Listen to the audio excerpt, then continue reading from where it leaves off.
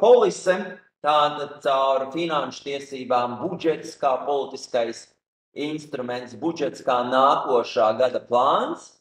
Viņš arī atspoguļo šo tātad politisko domu.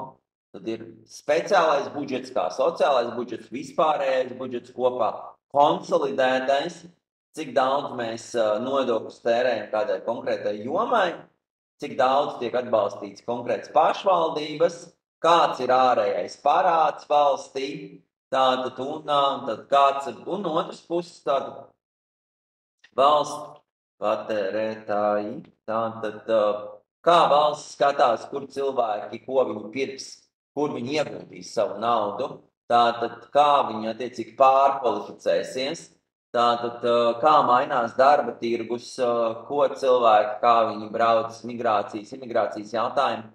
Tas saistīts tieši ar politiku kā cīņa par interesēm. Cīņa par interesēm. Un, ja mēs runājam no tiesību viedokļa, tātad visiem saistošas kopējās intereses, tātad kopējās. Un kādas tad ir tās kopējās intereses? Kāpēc ir vajadzīga valsts? Kā idejas, kas ir valstiskās intereses kopējās? Dāmas, šie lielie burti. Tad kāpēc vajadzīga valsts?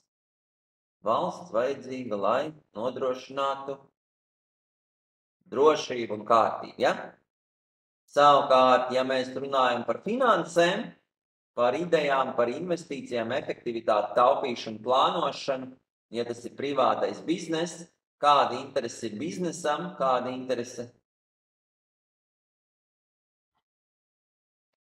Biznesa interese ir peļņa, ļoti labi. Tad biznesa interese ir nopelnīt, tātad peļņa.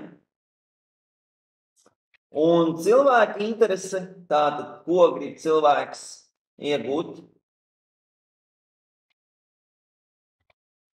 Laime. Cilvēkam ir laime, tātad un laime ir, arī var viņu iedalīt divos variantos, kalpot sev vai kalpot citiem. Savs ego vai citiem.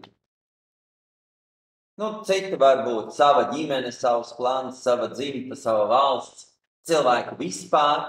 Tātad cilvēks laimes stāvoklis, tas viņa iekšējais, emocionālais, loģiskais pārdzīvojums. Tad politikas uzdevums padarīt maksimāli lielāku cilvēku skaitu laimīgus. Tātad viņus jāpārliecina, jums bišķi ir jāpasalst, jāpataupa, tāpēc.